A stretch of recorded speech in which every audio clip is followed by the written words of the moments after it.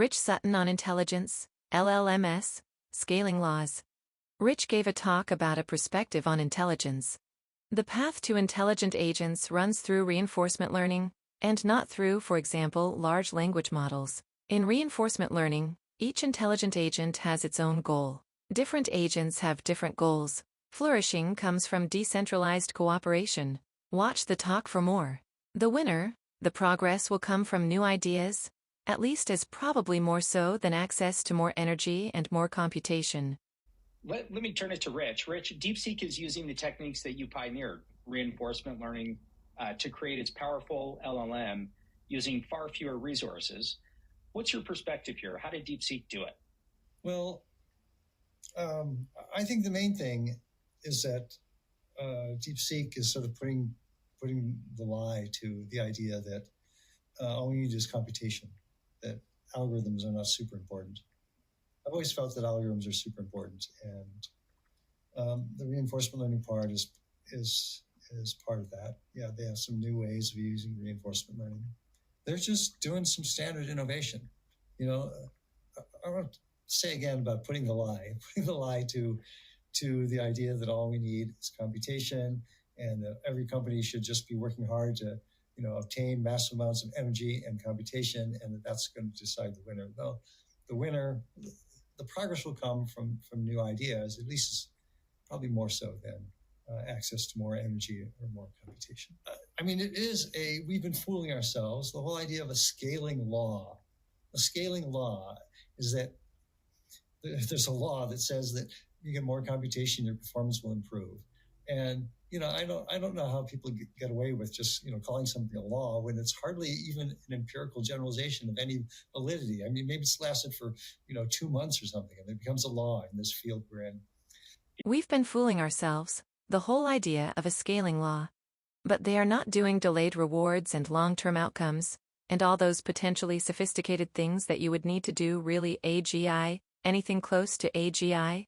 I mean, Rich, as you think about this development, does it alter your thinking in terms of the path to AGI and how quickly we're going to get there?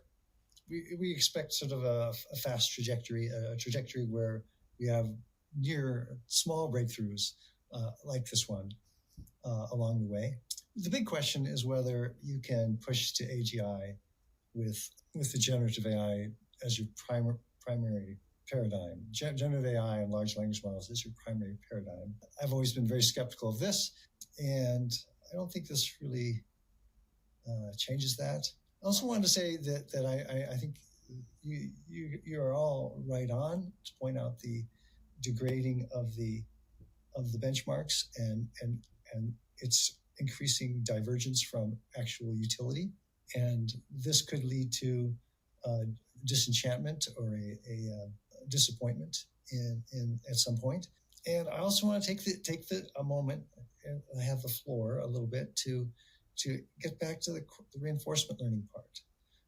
The reinforcement learning part, I was struck reading through the paper, is that it's very diverse. They use it in many different places, in many different ways. It's become like a general tool for training and shaping the model. Every time you have a feedback mechanism, which is a little bit imprecise as opposed to supervised fine-tuning, where someone's going to go out and say, this is the right action, you should do this. For lots of feedback mechanisms, you can't say that, but you can say, well, this one's better than you can rank them or rate them, and that's when they want to use reinforcement learning. As someone who's been doing reinforcement learning for a long time, it's a little bit disappointing that they're not doing the full generality of delayed reward. They're all the reinforcement learning is, I've tried, as Kevin says, I have tried 8 different things, and each one worked out a certain well, and I can learn from this. I can rank them and match them, and if I'm using reinforcement learning methods, I can learn from that, whereas you couldn't with normal supervised learning methods. But they're not doing like delayed rewards and long-term outcomes and all those potentially sophisticated things that you would need to do really AGI, anything close to AGI. Comments and criticisms are welcome.